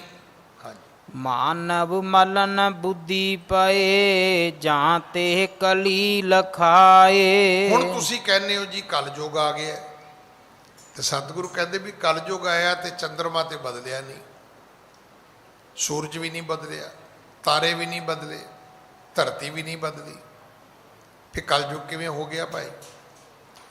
ਅਸਲ ਵਿੱਚ ਹੋਇਆ ਕੀ ਹੈ ਕਿ ਮਾਨਵ ਮਲਨ ਬੁੱਧੀ ਪਏ। ਅਸਲ ਵਿੱਚ ਇਸ ਯੁੱਗ ਵਿੱਚ ਹੋਇਆ ਕੀ ਹੈ, ਜਿਹੜੇ ਬੰਦੇ ਨੇ ਉਹਨਾਂ ਦੀ ਬੁੱਧੀ ਮਲੀਨ ਹੋ ਗਈ ਹੈ। ਉਹਨਾਂ ਦੀ ਮੱਤ ਮੈਲੀ ਹੋ ਗਈ ਹੈ। ਜਾਂ ਤੇ ਕਲੀ ਲਿਖਾਏ, ਇਸ ਕਰਕੇ ਸਾਨੂੰ ਲੱਗਦਾ ਵੀ ਕਲਯੁਗ ਆ ਗਿਆ। ਸਤਿਗੁਰੂ ਕਹਿੰਦੇ ਕਲਯੁਗ ਨਹੀਂ ਆਇਆ। ਪਹਿਲੇ ਯੁੱਗਾਂ ਵਿੱਚ ਲੋਕਾਂ ਦੀ ਮੱਤ ਠੀਕ ਸੀ, ਮਨ ਮੈਲੇ ਨਹੀਂ ਸੀ, ਯੁੱਗ ਚੰਗੇ ਸੀ। ਹੁਣ ਸਾਨੂੰ ਲੱਗਦਾ ਵੀ ਕਲਯੁਗ ਆ ਗਿਆ, ਭੈੜਾ ਵਕਤ ਆ ਗਿਆ, ਮਾੜਾ ਸਮਾਂ ਆ ਗਿਆ। ਹਾਂਜੀ, ਪੁਨ ਇਨ ਕੋ ਵਿਸ਼ਵਾਸ ਕਿਆ, ਕਲ ਜੇ ਨਰ ਜਨਮਾਏ। ਫਿਰ ਇਹਨਾਂ ਬੰਦਿਆਂ ਦਾ ਵਿਸ਼ਵਾਸ ਕੀ ਹੈ? ਅੱਜ ਤੁਸੀਂ ਵੇਖੋ, ਅਸੀਂ ਖੁਦ ਮੰਨ ਲਿਆ ਕਿ 100 ਤੋਂ ਲੈ ਕੇ 125 ਸਾਲ ਤੱਕ ਬੰਦੇ ਦੀ ਉਮਰ ਹੈ। ਇਸ ਤੋਂ ਉੱਪਰ ਉਮਰ ਕਿਸੇ ਦੀ ਨਹੀਂ ਹੈਗੀ। ਪੁਰਾਣੇ ਸਮਿਆਂ ਵਿੱਚ ਜਾਓ, ਬੜੀ ਬੜੀ ਲੰਬੀ ਉਮਰ ਹੋਈ ਲੋਕਾਂ ਦੀ। ਔਰ ਇਹ ਗੱਲ ਅੱਜ ਮੰਨੀ ਗਈ ਹੈ ਕਿ ਉਮਰ ਦਾ ਸੰਬੰਧ ਤੁਹਾਡੇ ਸਵਾਸਾਂ ਨਾਲ ਹੈ। ਅੱਜ ਵੀ ਤੁਸੀਂ ਕਿਸੇ ਨੂੰ ਪੁੱਛ ਲੈਣਾ ਸਭ ਤੋਂ ਲੰਬੀ ਉਮਰ ਕਿਹਦੀ ਹੈ, ਕਹਿੰਦੇ ਜਿਹੜਾ ਸਭ ਤੋਂ ਵੱਧ ਪੈਦਲ ਤੁਰਦਾ ਹੈ। ਜਿਹੜਾ ਸਭ ਤੋਂ ਵੱਧ ਪੈਦਲ ਤੁਰਦਾ ਹੈ ਉਹਨੂੰ ਕਦੇ ਸਾਹ ਨਹੀਂ ਚੜ੍ਹੇਗਾ। ਹੁਣ ਜਿਹਨੂੰ ਸਾਹ ਚੜ੍ਹੇਗਾ, ਤੁਸੀਂ ਵੇਖਣਾ 1 ਮਿੰਟ ਘੜੀ ਲੈ ਕੇ ਕਿ ਉਹ ਕਿੰਨੇ ਵਾਰੀ ਸਾਹ ਲੈਂਦਾ ਤੇ ਛੱਡਦਾ ਹੈ। ਪਰ ਜਿਹੜਾ ਤੁਰਦਾ ਆਦਮੀ ਹੈ, 10 15 20 ਮੀਲ ਰੋਜ਼ ਹੀ ਤੁਰ ਲੈਂਦਾ ਹੈ, ਉਹਦੇ ਸਾਹ ਲੈਣ ਤੋਂ ਤੁਹਾਨੂੰ ਪਤਾ ਵੀ ਨਹੀਂ ਲੱਗਣਾ। ਮੇਰੇ ਵਰਗਾ 4 ਪੌੜੀਆਂ ਚੜ੍ਹ ਜਾਏ ਤੇ ਖੁਦ ਹੀ ਅਗਲਾ ਪਾਣੀ ਲੈ ਆਉਂਦਾ, ਕਹਿੰਦਾ ਗਿਆਨੀ ਜੀ ਖਰੋਜੋ ਖਰੋਜੋ, ਸਾਹ ਚੜ੍ਹ ਗਿਆ। ਉਹਦਾ ਕਹਿਣ ਦਾ ਭਾਵ ਇਹ ਹੁੰਦਾ, ਵੇਖੀ ਬਾਬਾ ਕਿਤੇ ਹਾਰਟ ਫੇਲ ਨਾ ਕਰਾ ਲਈ, ਆ ਪਾਣੀ ਪੀ ਪਹਿਲਾਂ। ਉਹਦਾ ਮਤਲਬ ਇਹ ਹੁੰਦਾ ਹੈ। ਹੁਣ ਜਿੰਨੀ ਸਵਾਸਾਂ ਦੀ ਪ੍ਰਕਿਰਿਆ ਤੇਜ਼ ਹੋਏਗੀ, ਉਨੀ ਪੂੰਜੀ ਛੇਤੀ ਖਰਚੀ ਜਾਏਗੀ। ਸਤਿਗੁਰੂ ਪਿਤਾ ਮਹਾਰਾਜ ਕਹਿਣ ਲੱਗੇ, ਭਾਈ ਅੱਜ ਤੁਹਾਨੂੰ ਲੱਗਦਾ ਹੈ ਵੀ ਇਹ ਕਲਯੁਗ ਹੈ। ਪੁਨ ਇਨ ਕੋ ਵਿਸ਼ਵਾਸ ਕਿਆ, ਕਲ ਜੇ ਨਰ ਜਨਮਾਏ। ਅੱਜ ਦੇ ਯੁੱਗ ਵਿੱਚ ਜੰਮੇ ਬੰਦਿਆਂ ਦਾ ਵਿਸ਼ਵਾਸ ਕੀ ਹੈ? ਕੁਝ ਨਹੀਂ ਹੈ। ਪਤਾ ਹੀ ਨਹੀਂ ਕਿੰਨੇ ਕਦੋਂ ਮਰ ਜਾਣਾ। ਅੱਗੇ ਅਮੂਮਨ ਜਿਹੜੀ ਮੌਤ ਦੀ ਉਮਰ ਸੀ ਨਾ, ਉਹ 70 ਤੋਂ ਉੱਪਰ ਸੀ। ਅੱਜ ਤੁਸੀਂ ਆਮ ਸੁਣਿਆ ਹੋਣਾ 20-22 ਸਾਲ ਦੇ ਬੰਦੇ ਨੂੰ ਹਾਰਟ ਅਟੈਕ ਹੋ ਜਾਂਦਾ ਹੈ। 20-22 ਸਾਲ ਦਾ ਬੰਦਾ ਤੇ ਹੁੰਦਾ ਹੀ ਨਹੀਂ, ਬੱਚਾ ਹੁੰਦਾ ਹੈ, ਜਵਾਨ ਹੁੰਦਾ ਹੈ। ਅਨਮੈਰਿਡ ਬੰਦੇ ਨੂੰ ਹਾਰਟ ਅਟੈਕ ਹੋ ਜਾਂਦਾ ਹੈ। ਹੁਣ ਇਹ ਕੀ ਹੈ? ਇਹ ਸਾਡੀ ਜੀਵਨ ਸ਼ੈਲੀ ਦਾ ਸਾਰਾ ਪ੍ਰਭਾਵ ਹੈ। ਸਤਿਗੁਰੂ ਕਹਿੰਦੇ ਇਸ ਯੁੱਗ ਦੇ ਇਹਨਾਂ ਬੰਦਿਆਂ ਦੀ ਉਮਰ ਦੀ ਕੋਈ ਗਰੰਟੀ ਨਹੀਂ ਹੈ, ਕੋਈ ਸਮਾਂ ਸੀਮਾ ਨਿਸ਼ਚਿਤ ਨਹੀਂ ਹੈ। ਹਾਂਜੀ, ਬਰਖਾ ਬਿਖੈ ਬੁੱਧ ਬੁਧਾ ਜੈਸੇ, ਉਪਜਤ ਬਿਨਸਤ ਹੈ ਇਹ ਤੈਸੇ। ਜਿਵੇਂ ਮੀਂਹ ਪਵੇ ਤੇ ਪਾਣੀ ਦੇ ਵਿੱਚ ਬੁਦਬੁਦੇ ਪੈਦਾ ਹੁੰਦੇ ਨੇ, ਬੁਲਬੁਲੇ ਪੈਦਾ ਹੁੰਦੇ, ਤੇ ਪਾਣੀ ਦੇ ਬੁਲਬੁਲੇ ਦੀ ਮੁਨਿਆਦ ਕੀ ਹੈ? ਉਹਦੀ ਕੀ ਉਮਰ ਹੈ? ਅਗਰ ਇਹ ਆਪਾਂ ਕਹੀਏ ਵੀ ਇਹ ਪਾਣੀ ਦਾ ਬੁਲਬੁਲਾ ਹੈ ਤੇ 2-4 ਘੰਟੇ ਰਹੇਗਾ, ਨਹੀਂ, ਇੱਕ ਛਿਣ ਵਾਸਤੇ ਬਣਦਾ ਫਿਰ ਟੁੱਟ ਜਾਂਦਾ ਹੈ। ਪਾਣੀ ਦੇ ਬੁਲਬੁਲੇ ਬਣਦੇ ਰਹਿੰਦੇ ਨੇ, ਟੁੱਟਦੇ ਰਹਿੰਦੇ ਨੇ। ਕੀ ਹੁੰਦਾ ਹੈ? ਪਾਣੀ ਵਿੱਚ ਥੋੜੀ ਜਿਹੀ ਹਵਾ ਭਰਦੀ, ਉਹਦਾ ਬੁਲਬੁਲਾ ਬਣ ਜਾਂਦਾ ਹੈ। ਜਦੋਂ ਹਵਾ ਨਿਕਲ ਜਾਂਦੀ, ਬੁਲਬੁਲਾ ਟੁੱਟ ਜਾਂਦਾ ਹੈ। ਸਤਿਗੁਰੂ ਕਹਿੰਦੇ ਅੱਜ ਦੇ ਯੁੱਗ ਦੇ ਬੰਦਿਆਂ ਦੀ ਹਾਲਤ ਇਹ ਹੈ, ਬਰਖਾ ਵਿਖੇ ਬੁਦਬੁਦਾ ਜੈਸੇ, ਉਪਜਤ ਬਿਨਸਤ ਹੈ ਇਹ ਤੈਸੇ। ਜਿਵੇਂ ਮੀਂਹ ਦੇ ਵਿੱਚ ਪਾਣੀ 'ਚ ਬੁਲਬੁਲੇ ਪੈਦਾ ਹੁੰਦੇ ਨੇ, ਇਵੇਂ ਕਲਯੁੱਗ ਵਿੱਚ ਬੰਦੇ ਜੰਮਦੇ ਤੇ ਮਰਦੇ ਨੇ। ਭਾਈ ਰੋਜ਼ ਹੀ ਜੰਮੀ ਜਾਂਦੇ ਨੇ, ਰੋਜ਼ ਹੀ ਮਰੀ ਜਾਂਦੇ ਨੇ। ਡੈਥ ਰੇਟ ਵੀ ਬਹੁਤ ਹੈ ਤੇ ਜਨਮ ਦਾ ਰੇਟ ਤੇ ਹੈ ਹੀ ਹੈ। ਪਤਾ ਨਹੀਂ 1 ਸੈਕਿੰਡ 'ਚ ਕਿੰਨੇ ਬੱਚੇ ਪੈਦਾ ਹੋ ਰਹੇ ਨੇ। ਹਾਂਜੀ, ਜੋ ਕਲ ਜੁਗ ਕਿਤ ਦੇਸ਼ ਨ ਆਇਓ, ਬੈਠੇ ਹੋ ਕਿਤੇ ਦੁਰਗ ਨਹਿ ਪਾਇਓ। ਸਤਿਗੁਰੂ ਕਹਿੰਦੇ ਮੈਂ ਨਹੀਂ ਵੇਖਿਆ ਕਿ ਕਲਯੁਗ ਕਿਹੜੇ ਦੇਸ਼ ਵਿੱਚ ਆਇਆ ਹੈ। ਮੈਨੂੰ ਨਹੀਂ ਪਤਾ ਕਿ ਕਲਯੁਗ ਨੇ ਕਿੱਥੇ ਆ ਕੇ ਆਪਣਾ ਕਿਲਾ ਬਣਾ ਲਿਆ ਹੈ। ਮੈਨੂੰ ਨਹੀਂ ਪਤਾ ਕਲਯੁਗ ਰਹਿੰਦਾ ਕਿੱਥੇ ਹੈ, ਪਰ ਰੌਲਾ ਪਾਈ ਜਾਂਦੇ ਨੇ ਕਲਯੁਗ ਆ ਗਿਆ ਜੀ, ਕਲਯੁਗ ਆ ਗਿਆ ਜੀ, ਕਲਯੁਗ ਆ ਗਿਆ ਜੀ। ਸਤਿਗੁਰੂ ਕਹਿੰਦੇ ਕਿਵੇਂ ਆ ਗਿਆ, ਕਿੱਥੇ ਆ ਗਿਆ? ਧਰਤੀ, ਪਾਣੀ, ਹਵਾ, ਚੰਦਰਮਾ, ਸੂਰਜ, ਤਾਰੇ, ਕੋਈ ਚੀਜ਼ ਬਦਲੀ ਤਾਂ ਹੈ ਨਹੀਂ ਭਾਈ। ਜੇ ਬਦਲੀ ਤੇ ਇੱਕ ਚੀਜ਼ ਬਦਲੀ ਹੈ, ਉਹ ਕੀ? ਉਹ ਬੰਦਿਆਂ ਦੀ ਬੁੱਧੀ ਬਦਲੀ ਹੈ ਕਿ ਅੱਜ ਲੋਕਾਂ ਦੀ ਬੁੱਧੀ ਜਿਹੜੀ ਹੈ ਉਹ ਮਲੀਨ ਹੋ ਚੁੱਕੀ ਹੈ। ਲੋਕ ਝੂਠ ਬੋਲਦੇ ਨੇ, ਪਾਪ ਕਰਦੇ ਨੇ। ਹਾਂਜੀ। ਜੇ ਲਖਨ ਅਬ ਮਨ ਜਕਰਾਈ, ਜਾਂ ਤੇ ਕਲ ਜੁਗ ਪਰਤ ਲਖਾਈ। ਅੱਜ ਜਿਹੜੇ ਲੱਛਣ ਬੰਦਿਆਂ ਦੇ ਨਜ਼ਰ ਆਉਂਦੇ ਨੇ, ਇੱਥੋਂ ਪਤਾ ਲੱਗਦਾ ਹੈ ਕਿ ਇਹ ਕਲਯੁਗ ਹੈ। ਪਹਿਲਾਂ ਲੋਕ ਆਪਣੇ ਧਰਮ ਦੇ ਵਿੱਚ ਬੜੇ ਪੱਕੇ ਸਨ, ਆਪਣੇ ਸੰਸਕਾਰਾਂ ਦੇ ਵਿੱਚ, ਆਪਣੇ ਜੀਵਨ ਦੇ ਨਿਯਮਾਂ ਦੇ ਵਿੱਚ ਲੋਕ ਬੜੇ ਪੱਕੇ ਸੀ, ਅਸੂਲ ਬੜੇ ਸੀ ਲੋਕਾਂ ਦੇ, ਜ਼ਬਾਨਾਂ ਬੜੀਆਂ ਸੀ। ਹੁਣ ਸਾਨੂੰ ਲੱਗਦਾ ਤਾਂ ਹੈਗਾ ਕਿ ਹੁਣ ਮਨੁੱਖ ਦੀਆਂ ਅੱਖਾਂ ਤੋਂ ਮਨੁੱਖ ਦੀ ਪਹਿਚਾਣ ਹੋ ਜਾਂਦੀ ਹੈ, ਵੈਰੀਫਿਕੇਸ਼ਨ ਹੋ ਜਾਂਦੀ ਹੈ, ਉਹਦੇ ਫਿੰਗਰਪ੍ਰਿੰਟ ਤੋਂ ਹੋ ਜਾਂਦੀ ਹੈ, ਉਹਦਾ DNA ਟੈਸਟ ਹੋ ਜਾਂਦਾ ਹੈ। ਪਰ ਇਹ ਲੋੜ ਕਿਉਂ ਪਈ? ਲੋੜ ਉਦੋਂ ਪਈ ਜਦੋਂ ਬੰਦਾ ਖੁਦ ਬੇਈਮਾਨ ਹੋ ਗਿਆ। ਮੈਂ ਫਿਰ ਆਪ ਜੀ ਨੂੰ ਬੇਨਤੀ ਕਰਾਂ, ਜਿਹਨੂੰ ਮਰਜ਼ੀ ਪੁੱਛ ਲੈਣਾ, 1984 ਤੋਂ ਪਹਿਲਾਂ ਆ ਜਿੰਨੇ ਵੱਡੇ ਕੰਟਰੀ ਨੇ, ਕਿਸੇ ਕੰਟਰੀ ਦਾ ਵੀਜ਼ਾ ਨਹੀਂ ਸੀ ਹੁੰਦਾ। ਜਿਵੇਂ ਸਿੰਗਾਪੁਰ ਜਾਂਦੇ ਸੀ ਨਾ ਲੋਕ, ਪਾਸਪੋਰਟ ਬਣਾਓ, ਟਿਕਟ ਲਾਓ ਤੇ ਜਾਓ। ਜਾ ਕੇ ਲੰਡਨ ਉਤਰੋਗੇ ਇੰਗਲੈਂਡ, ਏਅਰਪੋਰਟ ਤੇ ਫੈਸਲਾ ਹੁੰਦਾ ਸੀ ਕਿ ਤੁਹਾਨੂੰ ਸਟੇ ਹਫ਼ਤੇ ਦਾ ਮਿਲੇਗਾ ਕਿ ਕਿੰਨੇ ਚਿਰ ਦਾ ਮਿਲੇਗਾ। ਪਰ ਜਿਵੇਂ ਜਿਵੇਂ ਅਸੀਂ ਬੁੱਧੀ ਮਲੀਨ ਕਰ ਲਈ, ਸਕੇ ਭੈਣਾਂ ਭਰਾਵਾਂ ਨੇ ਵਿਆਹ ਕਰਨੇ ਸ਼ੁਰੂ ਕਰ ਦਿੱਤੇ। ਮੈਰਿਜ ਦੇ ਬੇਸ ਤੇ ਜਾ ਰਹੇ ਆ ਜੀ, ਭੈਣ ਭਰਾ ਦਾ ਵਿਆਹ ਹੋ ਰਿਹਾ ਹੈ। ਤੇ ਫਿਰ ਉਹਨਾਂ ਨੇ ਕਿਹਾ ਜੀ ਸਾਬਤ ਕਰੋ, ਜੇ ਤੁਹਾਡੇ ਵਿਆਹ ਨੂੰ 2 ਸਾਲ 3 ਸਾਲ 4 ਸਾਲ ਹੋ ਗਏ ਨੇ ਤੇ ਬੱਚਾ ਕਿਉਂ ਨਹੀਂ ਹੋਇਆ? ਕਹਿੰਦੇ ਜੀ ਹੈਗਾ। ਕਹਿੰਦੇ ਫਿਰ ਇਹਦਾ DNA ਟੈਸਟ ਕਰਾ ਕੇ ਲਿਆਓ ਵੀ ਬੱਚਾ ਤੁਹਾਡਾ ਹੈਗਾ ਜੇ ਕਿਸੇ ਹੋਰ ਦਾ ਹੀ ਚੁੱਕ ਕੇ ਤੁਰ ਪਏ ਜੇ ਤੁਸੀਂ। ਸਾਇੰਸ ਨੇ ਤਰੱਕੀ ਨਹੀਂ ਕੀਤੀ, ਬੰਦੇ ਨੇ ਆਪਣਾ ਕਿਰਦਾਰ ਨੀਵਾਂ ਕੀਤਾ ਹੈ। ਸਾਨੂੰ ਲੱਗਦਾ ਸਾਇੰਸ ਤਰੱਕੀ ਕਰ ਗਈ। ਸਾਇੰਸ ਨੇ ਤਰੱਕੀ ਤਾਂ ਕੀਤੀ ਜਦੋਂ ਬੰਦਾ ਬੇਈਮਾਨ ਹੋ ਗਿਆ।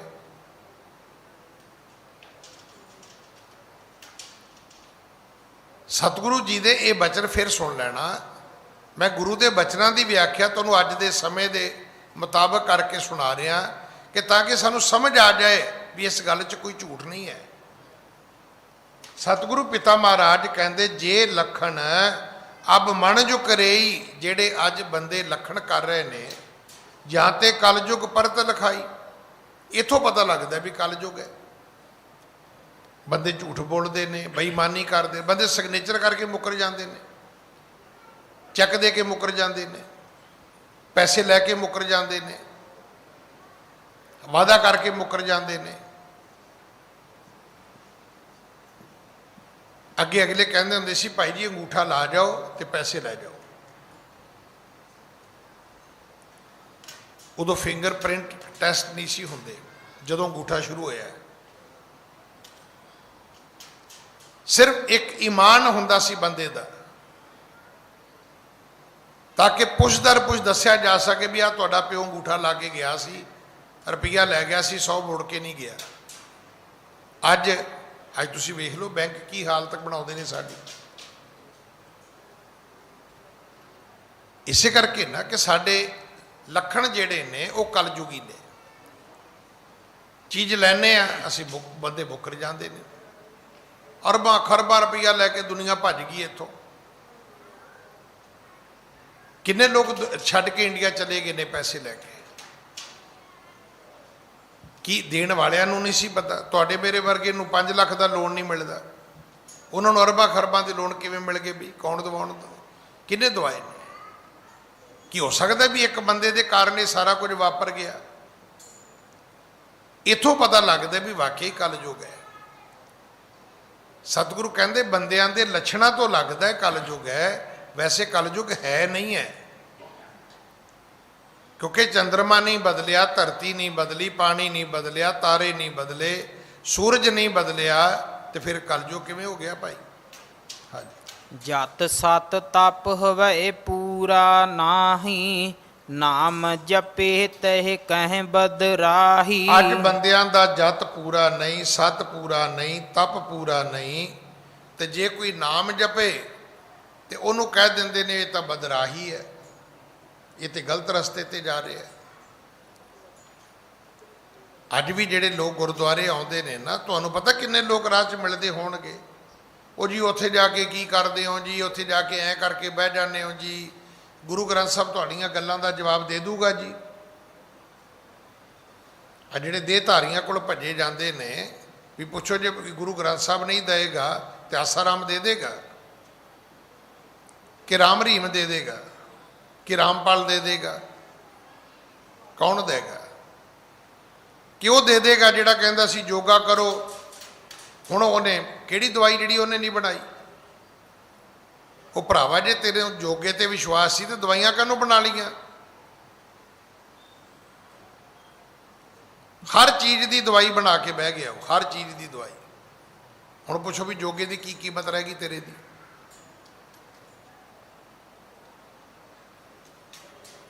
ਇਲਾਜ ਦੇ ਵਿੱਚ ਯੋਗ ਦੀ ਇੱਕ ਆਪਣੀ ਪੱਧਤੀ ਹੈ, ਸਾਧਨਾ ਜਿਹੜੀ ਹੈ ਕਿ ਤੁਸੀਂ ਹਰ ਬਿਮਾਰੀ ਨੂੰ ਠੀਕ ਕਰ ਸਕਦੇ ਹੋ। ਕੋਈ ਅੱਕੂ ਪੰਕਚਰ ਦੀ ਗੱਲ ਕਰਦਾ, ਕੋਈ ਰੇਕੀ ਦੀ ਗੱਲ ਕਰਦਾ,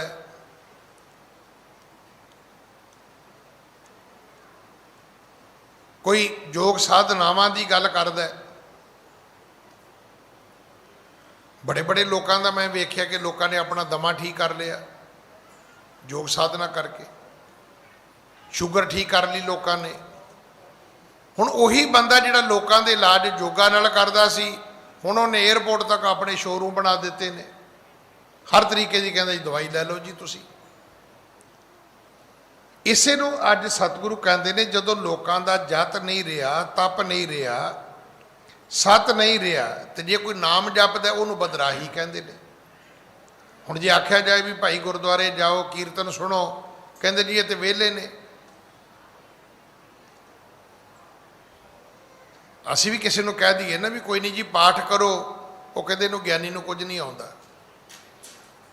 ਤੇ ਮੈਨੂੰ ਖਿਮਾ ਕਰ ਦੇਣਾ, ਮੇਰੀ ਬਰਾਦਰੀ 'ਚ ਅੱਧੇ ਬੰਦੇ ਦਵਾਈਆਂ ਦੇਣ ਲੱਗ ਗਏ ਨੇ, ਗਿਆਨੀ ਜੀ ਦੇ ਨਾਲ ਹਕੀਮ ਜੀ ਵੀ ਹੋ ਗਏ ਨੇ। ਸ਼ੂਗਰ ਦੀ ਦਵਾਈ ਜੀ, ਬਲੱਡ ਪ੍ਰੈਸ਼ਰ ਦੀ ਦਵਾਈ ਜੀ, ਚੰਗੇ ਚੰਗੇ ਗਿਆਨੀ ਉਹ ਦਵਾਈਆਂ ਦਿੰਦੇ ਨੇ ਨਾਲ।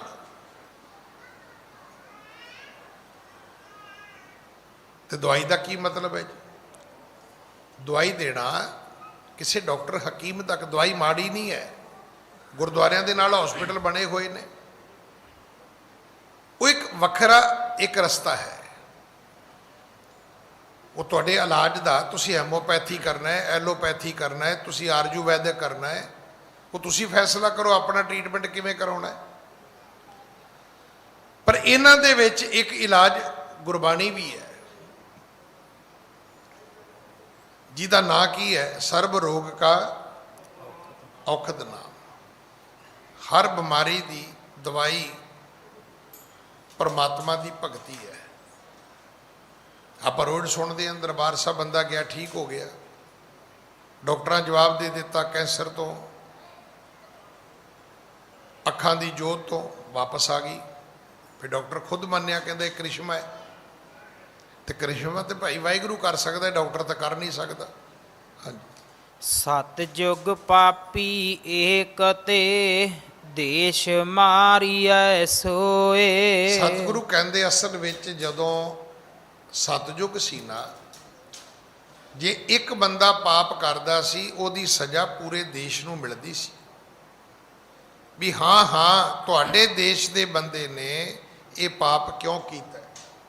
ਸਜ਼ਾ ਕੌਣ ਦਿੰਦਾ ਸੀ? ਰੱਬ ਦਿੰਦਾ ਸੀ। ਹਾਂਜੀ। ਤ੍ਰੇਤੇ ਨਗਰੀ ਪੀੜੀਐ ਦੁਆਪਰ ਕੁਲ ਅਗ ਹੋਏ। ਤ੍ਰੇਤੇ ਦੇ ਵਿੱਚ ਜੇ ਕੋਈ ਪਾਪ ਕਰਦਾ ਸੀ ਤੇ ਪੂਰੀ ਨਗਰੀ, ਪਾਪ ਕਰਨ ਵਾਲੇ ਦਾ ਸ਼ਹਿਰ, ਪਾਪ ਕਰਨ ਵਾਲੇ ਦਾ ਪਿੰਡ ਕੋਲੂ ਵਿੱਚ ਪਾ ਕੇ ਪੀੜ ਦਿੱਤਾ ਜਾਂਦਾ ਸੀ। ਫਿਰ ਦੁਆਪਰ ਆ ਗਿਆ। ਦੁਆਪਰ ਵਿੱਚ ਕੋਈ ਪਾਪ ਕਰਦਾ ਸੀ ਤੇ ਉਹ ਪਾਪ ਉਹਦੀ ਕੁੱਲ ਨੂੰ ਲੱਗਦਾ ਸੀ, ਪੂਰੀ ਉਹਦੀ ਕੁੱਲ ਜਿਹੜੀ ਸੀ ਉਹ ਬਦਨਾਮ ਹੁੰਦੀ ਸੀ, ਉਹਦੀ ਪੂਰੀ ਕੁੱਲ ਨੂੰ ਸਜ਼ਾ ਮਿਲਦੀ ਸੀ ਕਿ ਇਸ ਕੁੱਲ ਦੇ ਵਿੱਚ ਇਹ ਪਾਪੀ ਹੋਇਆ ਹੈ।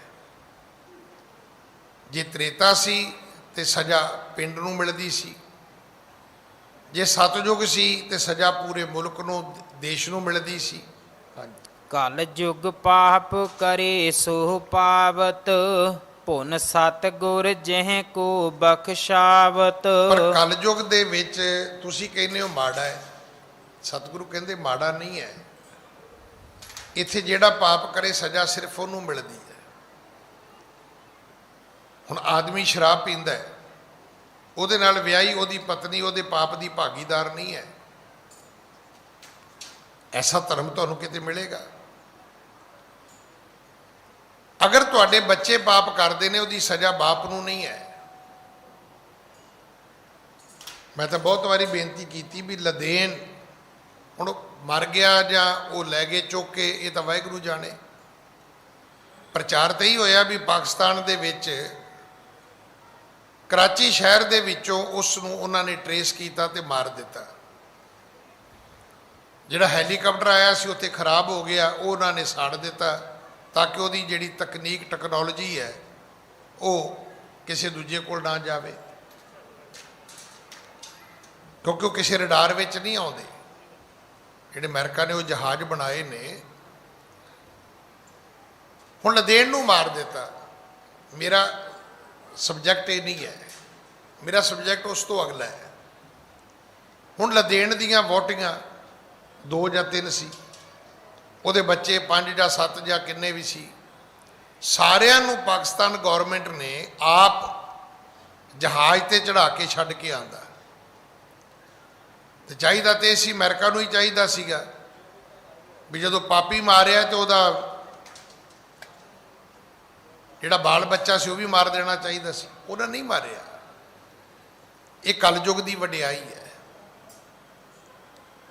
ਕਿ ਇੱਥੇ ਕੋਈ ਨਾ ਪਕੜੀਏ ਕਿਸੇ ਥਾਂ। ਜਿਹੜਾ ਵਿਅਕਤੀ ਗਲਤੀ ਕਰਦਾ ਸਿਰਫ ਉਹਦੀ ਸਜ਼ਾ ਉਹਨੂੰ ਮਿਲਦੀ ਹੈ। ਅੱਗੇ ਹੁੰਦਾ ਸੀ ਵੀ ਪਾਪੀ ਨੂੰ ਮਾਰੋ, ਪਾਪੀ ਦੀ ਮਾਂ ਨੂੰ ਵੀ ਮਾਰੋ। ਨਹੀਂ, ਕਲਯੁਗ ਦੇ ਵਿੱਚ ਐਸਾ ਨਹੀਂ ਹੈ, ਕਾਨੂੰਨ ਹੈ। ਵਕੀਲ ਹਾਈ ਚਲ ਜਾਂਦੇ ਨੇ ਕੋਰਟ ਕਿ ਭਾਈ ਇਹਦੇ ਮਾਂ ਪਿਓ ਨੂੰ ਕਿਉਂ ਤੰਗ ਕੀਤਾ ਜਾ ਰਿਹਾ ਹੈ, ਉਹਨੂੰ ਫੜੋ, ਉਹਨੂੰ ਸਜ਼ਾ ਦਿਓ। ਜਿਹੜਾ ਦੋਸ਼ੀ ਹੈ, ਤੁਸੀਂ ਉਹਦੇ ਭੈਣਾਂ ਭਰਾਵਾਂ ਨੂੰ ਕਿਵੇਂ ਤੰਗ ਕਰ ਸਕਦੇ ਹੋ? ਸਤਿਗੁਰੂ ਮਹਾਰਾਜ ਕਹਿਣ ਲੱਗੇ, ਭਾਈ ਕਲਯੁਗ ਪਾਪ ਕਰੈ ਸੋ ਪਾਵਤ, ਪੁਨ ਸਤਿਗੁਰ ਜਿਹ ਕੋ ਬਖਸ਼ਾਵਤ। ਇਹਦੇ ਵਿੱਚ ਇੱਕ ਚੀਜ਼ ਹੋਰ ਵੀ ਹੈ। ਉਹ ਕੀ ਹੈ? ਅਗਰ ਇਸ ਯੁੱਗ ਵਿੱਚ ਤੁਹਾਡੇ ਕੋਲੋਂ ਪਾਪ ਹੋ ਜਾਏ ਤੇ ਤੁਹਾਡੇ ਕੋਲ ਇੱਕ ਬੜੀ ਵੱਡੀ ਆਪਸ਼ਨ ਹੈ। ਉਹ ਕੀ? ਉਹ ਗੁਰੂ ਦੀ ਹੈ। ਉਹ ਕੀ ਹੈ? ਕਿ ਗੁਰੂ ਬਖਸ਼ ਦੇਵੇਗਾ। ਕਿਵੇਂ ਬਖਸ਼ੇਗਾ? ਗੁਰੂ ਤੁਹਾਨੂੰ ਬਖਸ਼ਾਉਣ ਵਾਸਤੇ ਨਾਮ ਦੇਵੇਗਾ, ਸੇਵਾ ਦੱਸੇਗਾ, ਸਿਮਰਨ ਦੱਸੇਗਾ, ਸੰਗਤ ਦੀ ਥਾਂ ਦੇਵੇਗਾ। ਇੱਥੇ ਆ ਕੇ ਵੱਡੇ ਵੱਡੇ ਪਾਪੀਆਂ ਦਾ ਉਧਾਰ ਹੁੰਦਾ ਹੈ ਭਾਈ। ਹਾਂਜੀ। ਨਾਮ ਦਾਨ ਦੇ ਕਰੇ ਉਦਾਰਾ, ਇਸ ਬਿਨ ਅਪਰ ਨਾ ਕੋ ਉਪਚਾਰਾ। ਗੁਰੂ ਨਾਮ ਦਾਨ ਦੇ ਕੇ ਉਧਾਰ ਕਰ ਦਿੰਦਾ ਹੈ। ਇਸ ਤੋਂ ਅੱਗੇ ਉਪਚਾਰ ਕੋਈ ਨਹੀਂ, ਕੋਈ ਦਵਾਈ ਬੂਟੀ ਨਹੀਂ ਹੈ।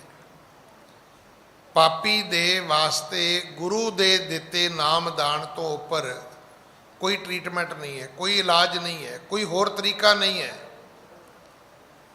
ਪਰ ਬਾਕੀ ਯੁੱਗਾਂ ਦੇ ਵਿੱਚ ਐਸਾ ਕਿਤੇ ਨਹੀਂ ਮਿਲਦਾ ਕਿ ਕੋਈ ਬਖਸ਼ਿਆ ਜਾ ਸਕਦਾ ਸੀ।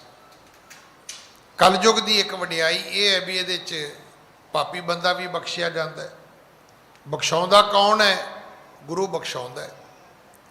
ਔਰ ਇਹ ਲਿਖਿਆ ਹੋਇਆ ਗੁਰਬਾਣੀ ਵਿੱਚ। ਇਹ ਗੱਲ ਗੁਰਬਾਣੀ 'ਚ ਲਿਖੀ ਹੋਈ ਹੈ, ਮੈਂ ਪਾਪੀ ਤੂੰ ਬਖਸ਼ਣਹਾਰ। ਮੈਂ ਪਾਪੀ ਤੂੰ ਬਖਸ਼ਣਹਾਰ।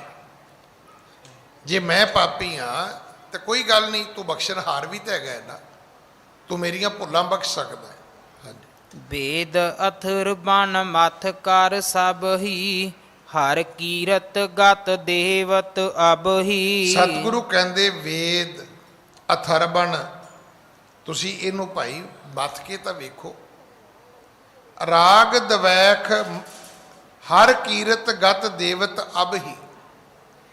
ਅਥਰਵਣ ਵੇਦ ਦੇ ਵਿੱਚ ਲਿਖਿਆ ਹੋਇਆ ਹੈ ਕਿ ਰੱਬ ਦਾ ਸਿਮਰਨ ਕਰੋਗੇ ਤੇ ਭਾਈ ਤੁਹਾਨੂੰ ਮੁਕਤੀ ਮਿਲ ਜਾਏਗੀ, ਪਾਪ ਬਖਸ਼ੇ ਜਾਣਗੇ। ਹਾਂਜੀ। ਨਾਮਨ ਧੋਵਨ ਬਿਰਥਾ ਸਾਰੇ, ਰਾਗ ਦਵੈਖ ਮਲ ਨਹੀਂ ਉਤਾਰੇ। ਸਤਿਗੁਰੂ ਨੇ ਪੰਡਤਾਂ ਨੂੰ ਕਿਹਾ ਵੀ ਅਥਰਵਣ ਵੇਦ ਪੜਿਆ ਕਿ ਨਹੀਂ ਪੜਿਆ। ਸ਼ਾਇਦ ਆਪਾਂ ਨੂੰ ਇਹ ਨਹੀਂ ਪਤਾ ਹੋਣਾ 4 ਵੇਦ ਕਿਹੜੇ ਨੇ। ਜੁਜਰ ਵੇਦ ਹੈ, ਅਥਰਵਣ ਵੇਦ ਹੈ। ਸਤਿਗੁਰੂ ਕਹਿੰਦੇ ਅਥਰਵਣ ਵੇਦ ਪੜਿਆ, ਉਹਦੇ ਚ ਲਿਖਿਆ ਹੈ ਕਿ ਰਾਗ ਦਵੈਖ ਮਲ ਨਹੀਂ ਉਤਾਰੇ, ਨਹਾਵਣ ਧੋਵਣ ਬਿਰਥਾ ਸਾਰੇ। ਜਿਹੜੀ ਤੁਹਾਡੇ ਅੰਦਰ ਰਾਗ ਦਵੈਖ ਤੋਂ ਮੈਲ ਆਉਂਦੀ ਹੈ ਨਾ,